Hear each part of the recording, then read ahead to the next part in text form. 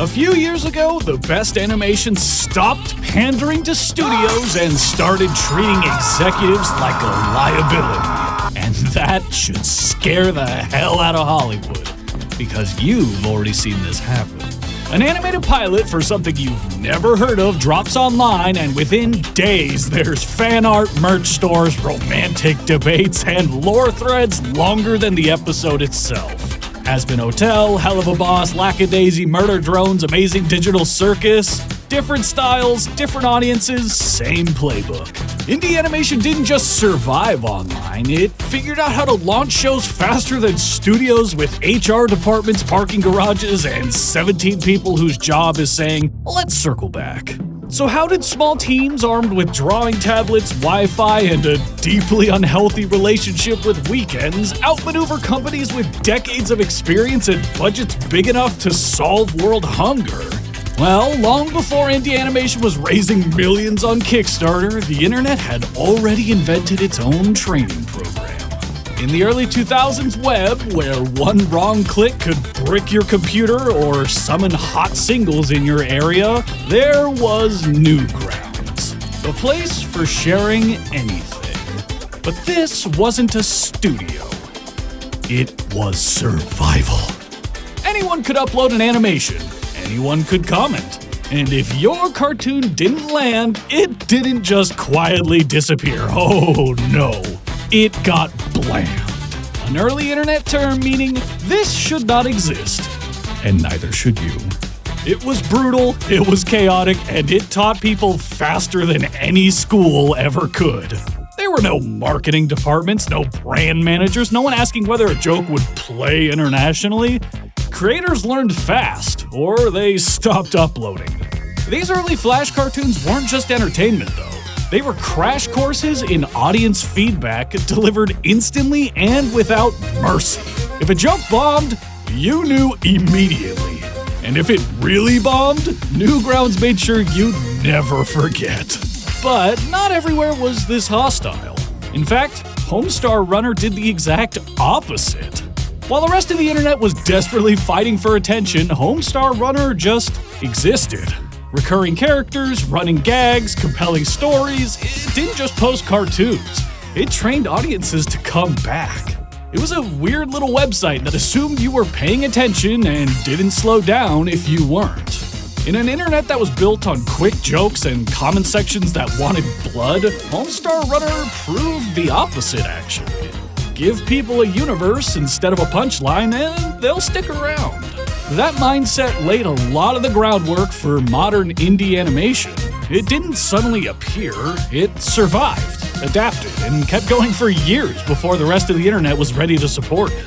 By the late 2010s, it finally was. Direct fan funding stopped being a weird experiment and started actually being infrastructure. Come 2019, that infrastructure was actually sturdy enough to hold a real show. And that's when a YouTube pilot called Hazbin Hotel dropped. A little adult musical about demons in hell attempting some self-improvement. Which is exactly the kind of idea that gets called too risky and immediately forwarded to HR. Now, Hazbin didn't stay independent, but it proved something way more important. The audience showed up before anyone in a suit wrote a check. There was no network at the time, no streaming deal, just a creator, a small team, and an audience that had already been watching the project grow online. Rough edges and all. And it forced studios to confront something they'd spent years pretending wasn't true. Fans don't just want content, they want investment. The emotional kind, the financial kind, and occasionally the kind that makes their friends ask if they're doing okay. That investment turned into Patreon support and merch purchases. It wasn't just buying a product, it was supporting a project. And that's where things really took off. Of course, from the same creator, Helluva Boss took that idea and built an entire production model around it. Episodes straight to YouTube, production funded through merch, feedback in real time, and most importantly, no executive asking why Luna has been the top result on E621 for several years. And then COVID hit. While it didn't create this model, it certainly poured some gasoline on it. Studio pipelines stalled, schedules collapsed, yet indie creators just kept going. Animatics, pilots, updates, sketches, whatever. Audiences got used to rough edges and transparency and realized updates didn't have to be finished to be enjoyed. Building off of that, Lackadaisy showed how trust turns directly into money. Years of consistent updates meant fans weren't just gambling on some idea, they were rewarding reliability. Murder Drones proved something else entirely.